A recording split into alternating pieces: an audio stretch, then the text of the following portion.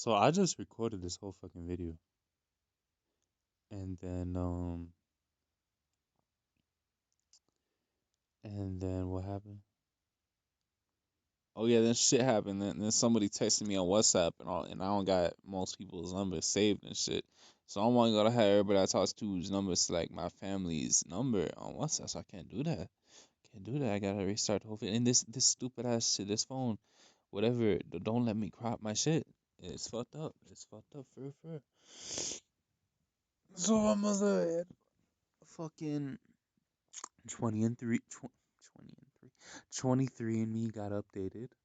Okay, 23andme got updated. Well, at least this part. I mean, it looks brand new. It looks beautiful. Look at this. This shit looking gorgeous. Look at this. Yeah. So we gonna check out all of this shit today, y'all. Let's see ancestry compositions. Find out what you're made of. 31%. Your DNA suggests that you are 31% Iberian with ancestry from 8 other populations. Ancestry timeline, paternal inheritance. I don't got my parents tested, so I can't say that. My DNA painting, scientific details, facts. Okay. So let's check this all out today. Let's go in on this. Um, let's see. Find out what you're made of. Okay, let's do this one first. You know what? I don't know if I want to do this one first, cause like I don't feel like it. I just did a whole 13-minute video on this that I had to cancel. So like, let's start off with something from the bottom. Okay, let's see. Neanderthal ancestry. Neanderthals were ancient humans who interbred with modern humans before becoming extinct 40,000 years ago. This report tells you how much of your ancestry can be traced back to Neanderthals. You have 276 Neanderthal variants. So that makes me this is more than 51% of Native American. Ugh, what the fuck did I just? This is more than 51% of 23andme customers. I was just wondering because like right now I just said that, but I just said Native American because it's like I'm sleepy as fuck. I just woke up.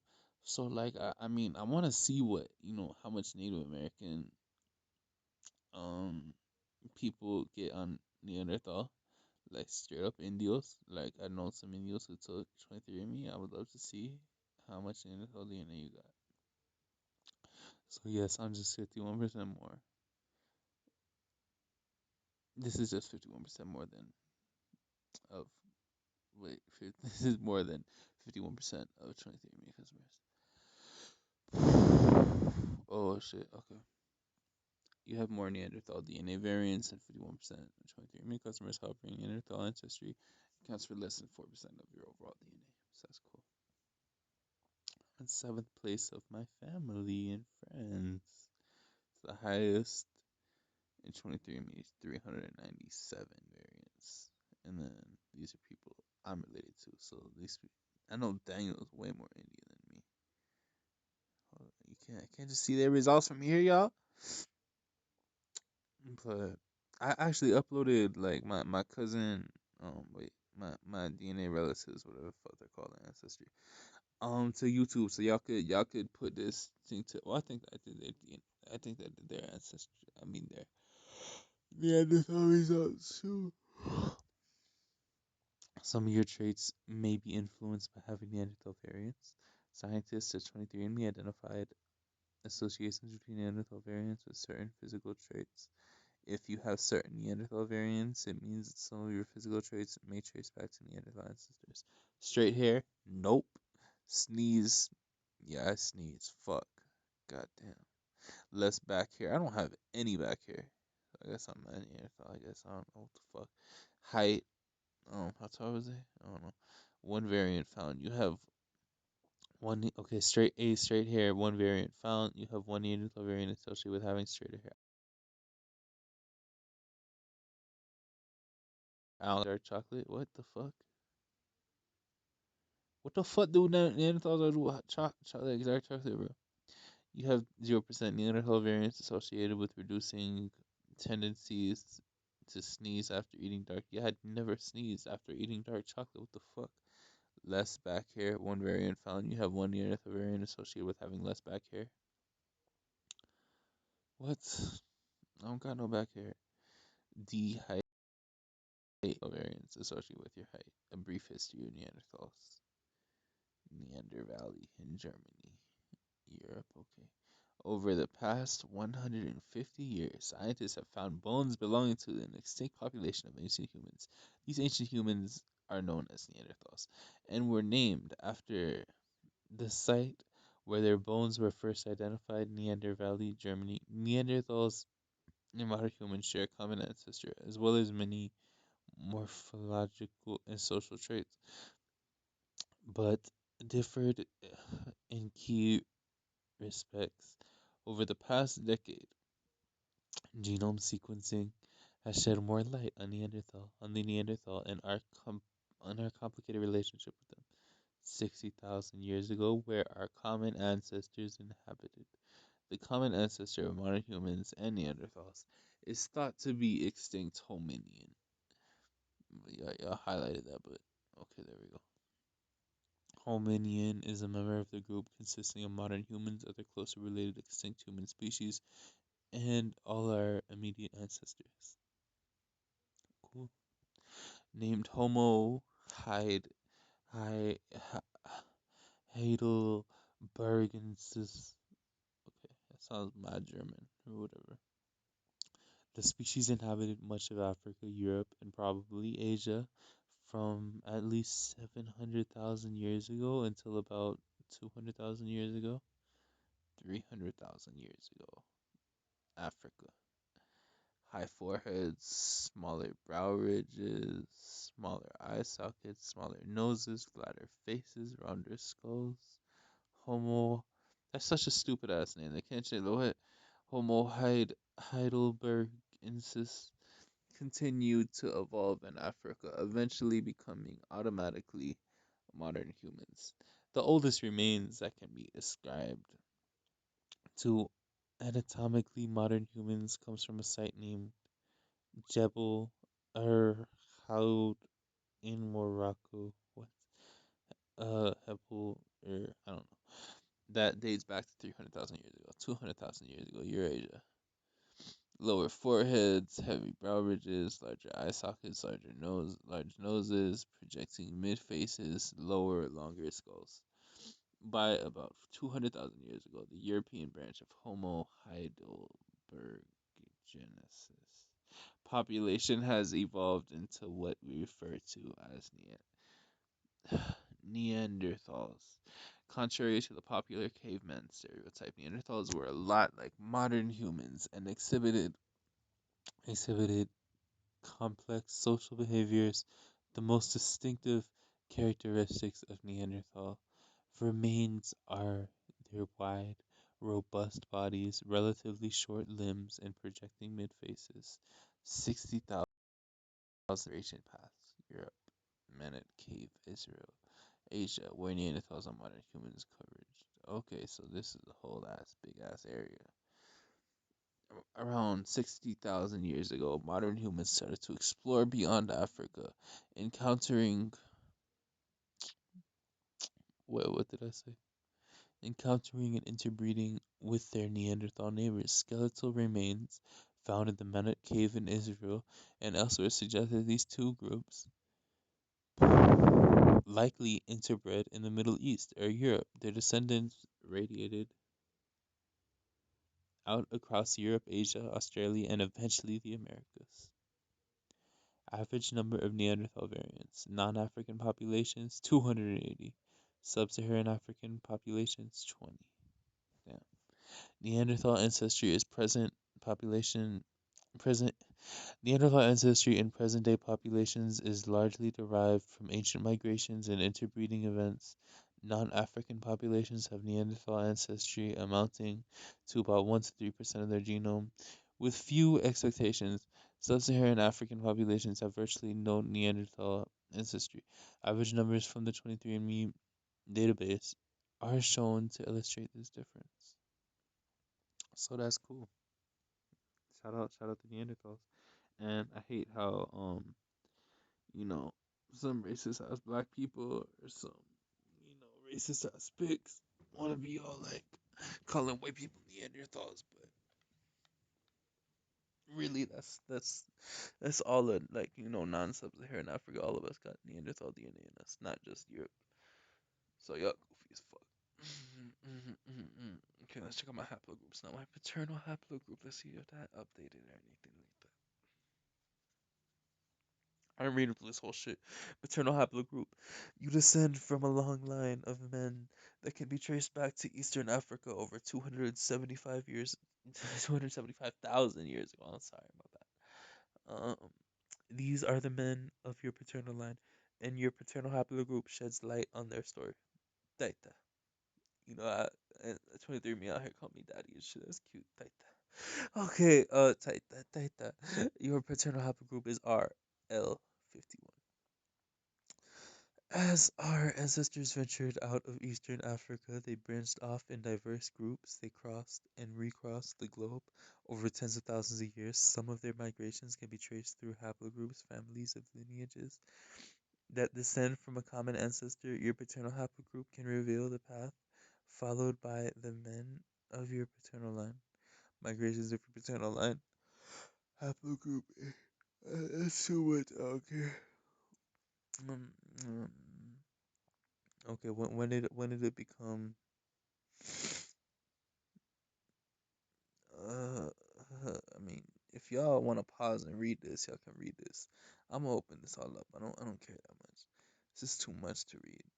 I'm sorry. This is seriously too TLDR for me. Like, I don't care that much. If y'all want to pause and read this, y'all can go ahead. I ain't going to deny y'all of that. Y'all can go ahead and read this entire shit. Okay, so I'm gonna just read the last one. Haplogroup RM207. 35,000 years ago. The next step in your story can be to the common ancestor of haplogroup R, a man who likely lived in Central Asia between 30,000 and 35,000 years ago. The Ice Age was still in full swing, and for thousands of years his descendants roamed the vast steppes of the continent where they hunted huge mammals and like the mammoth. Okay. Haplogroup RM34 M343. Your ancestral path forked off again between 20,000 and 24,000 years ago in Western Asia at the beginning of the last ice age. Last, my bad, of the last great peak of the ice age. Massive glaciers covered northern Asia, northern Eurasia. But farther south, in the Iranian plateau, your ancestors flourished when the ice age finally gave way to warmer climate nearly 11,500 years ago. New era of migrations from the Middle East began, eventually carried haplogroup RM343 across three continents. RM20 RM269. Origin of migrations of haplogroup RM269. Your paternal line stems from a branch R okay, whatever. And whatever, okay. Called fuck, this is so why are these names so weird? Okay, your paternal line stems from a branch of RM343 called RM269. Oh, that's cool. 369 though, I guess. And one of the most prolific paternal lineages RM269 arose roughly 10,000 years ago as the people of the Fertile Crescent domesticated plants and animals for the first time. Around 8,000 years ago, the first farmers and herders began to push east into Central Asia and north into the Caucasus Mountains. Some of them eventually reached the steppes above the Black and Caspian Seas. There they lived as pastoral nomads, herding cattle and sheep, while their neighbors to the south developed yet another crucial technology in human history, bronze smelting, as bronze tools and weaponry spread north. If a new steppe culture called Yamnaye was born around 5,000 years ago, perhaps triggered by a cold spell that made it difficult to feed their herds. Yamnaya men spilled east across Siberia and down into Central Asia. To the west, they pushed down into the Balkans to Central Europe, where they sought new pastures for their herds in metal deposits to support burgeoning, I don't know, I don't know that word, Bronze Age commerce. Over time, their descendants spread from Central Asia to the Atlantic coast, establishing new trade routes and an unprecedented level of cultural contact and exchange in Western Europe.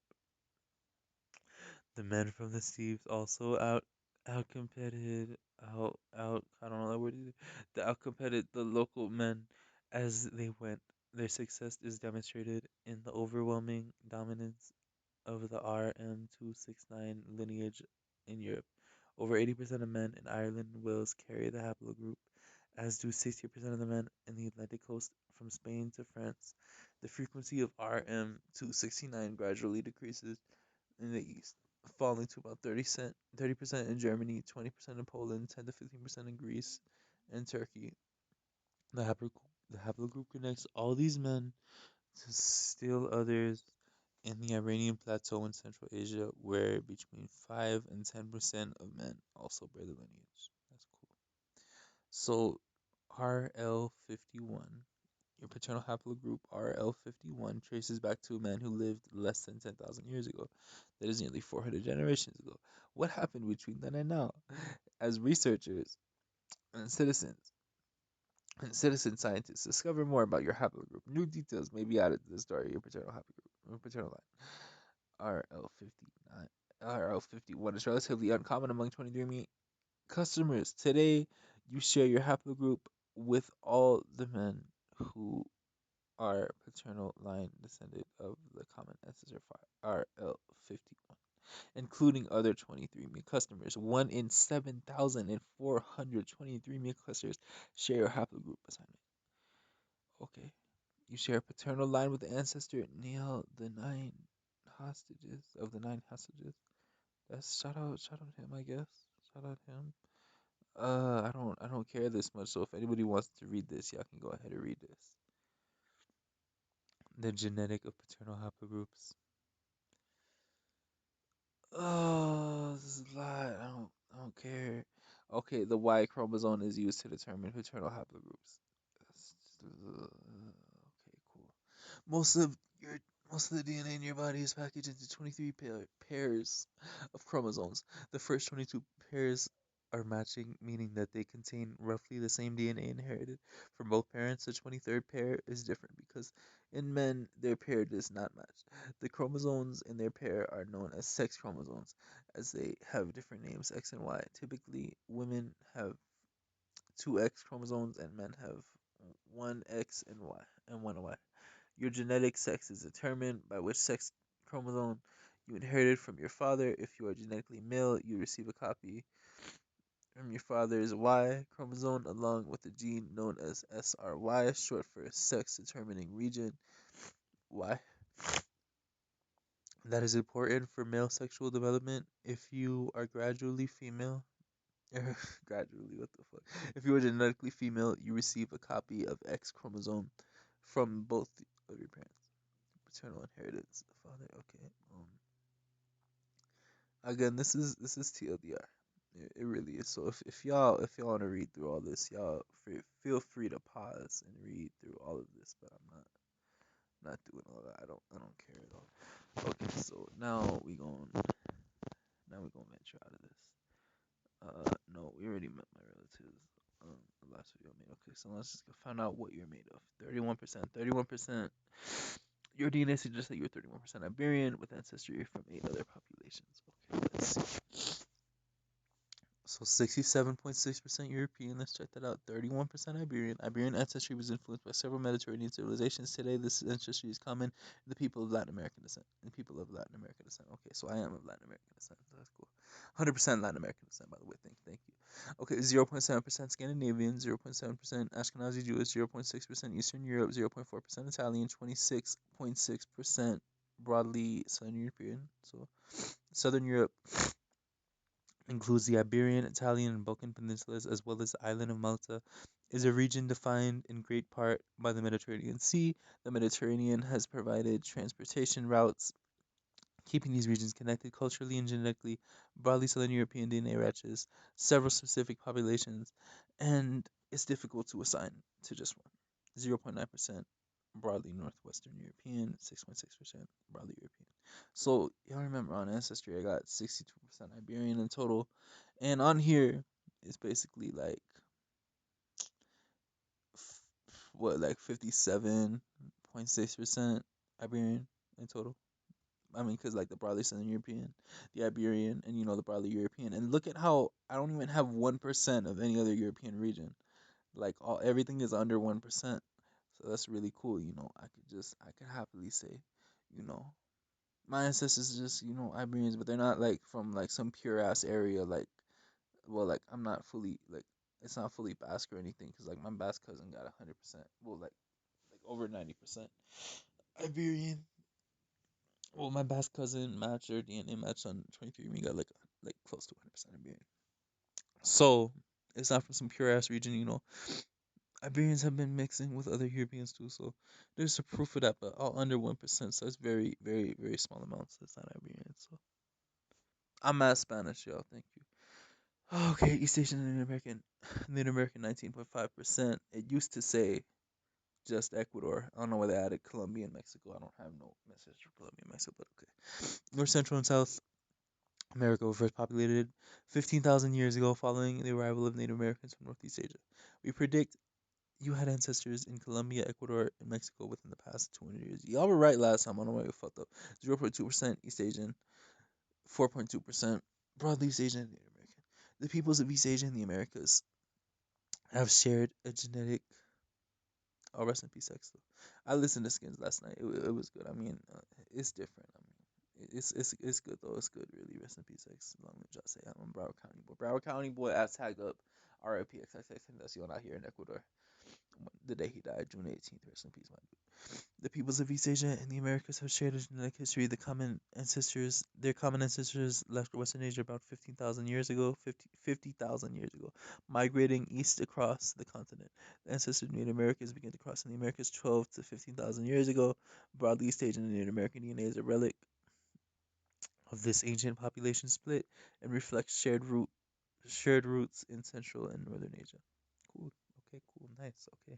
So 23.9% East Asian and Native American. 3% Sub-Saharan African. 2.7% West African. West African. Western Africans were once united under a series of powerful empires, resulting in broadly Western Africans were once united under a series of powerful empires, resulting in broad similarities in music, clothing, art, and cuisine. Okay, so shout out Benin, shout out Ghana, shout out Nigeria, shout out Mali, shout out. I can't name any. Tanzania, whatever. I can't name no more though. I don't fucking broadly sub-Saharan African, 0.3%. The genetic diversity of sub-Saharan Africa reflects both the deep history of humans in the region and the recent migrations that have carried people from Western Africa to both Southern and Eastern Africa. As a result of this ancient and complex population history, it is difficult to assign some DNA to specific populations within sub-Saharan Africa. Okay, so 3% sub-Saharan African in total. Western Asian and North African 2.2%, 1.2% North African and Arabian. Recent migrations into North Africa from the Arabian Peninsula have resulted in a shared genetic to Iran. Western Asia is an important crossroad in the human migration out of Africa, and the genetics of this region reflect that rule. Broadly, Western Asian and North African, the peoples of Western Asia and North Africa have not only a genetic but also deep linguistic connections with one another. Broadly, Western Asian and North African DNA reflects shared roots, possibly dating back to some of the earliest migrations out of Africa. The spread of Islam in the past 1,400 years has also dramatically shaped the, reg- the region. The region's genetic landscape, making it difficult to confidently assign some DNA to just one population. and then 3.3% unassigned. My 3.3% unassigned has never changed. So yeah, y'all gotta change that. 23andMe. There's a wide range of human diversity out there, and sometimes our algorithm can't pinpoint a region of your DNA to a specific population. Bear with us as our data and resources continue to expand. We expect the amount of unassigned ancestry our customers see to decrease. Okay, so on 23andMe, 69% European, 1% Middle Eastern. Okay, so what's 2.2 added to my 67? What's that like? 68, 69. So yeah, basically the same amount. Basically 70% of my ancestry from my Spanish ancestry. And then I got 26% Native American on ancestry. So what's that, just like 2% off? 2.1% off. And then Sub-Saharan African I got 4%. So those little tiny bits, I think that's what the 3.3 is made out of. So, but I see people on Ancestry with a lot more than 3% on a sign. I've seen people like 13, 15% on a sign. That's fuck. Like, I mean 23andMe, I'm sorry. 23andMe, y'all really gotta step your game up with that for real. Okay. Ancestry timeline. Your ancestry timeline. How many generations ago was your most recent ancestor for each population? West African, 4 to 7 generations ago. Eastern European, even though I'm like 0.6%, okay, 5 to 8 generations ago. Iberian, 5 to 8 generations ago. Scandinavian, 6 to 8 generations ago. North African and Arabian, 6 to 8 generations ago. Native American, 6 to 8 generations ago. Ashkenazi Jewish, 6 to 8 generations ago. Western Asian, 6%, 6 to 8 generations ago. Italian, 6 to 8 generations ago. So that's cool, y'all. These are my updates and shit. So not much has changed except for like they added like Colombia and Mexico. I thought there was gonna be more, but at least this design looks cool. It looks better than the last one. So thank y'all for watching my updated 23andMe results. Oh, and it used to say Spain after Iberia, which was cooler. But fuck it, whatever. Okay. And I'm not Colombian or Mexican. All my native ancestors come from Ecuador.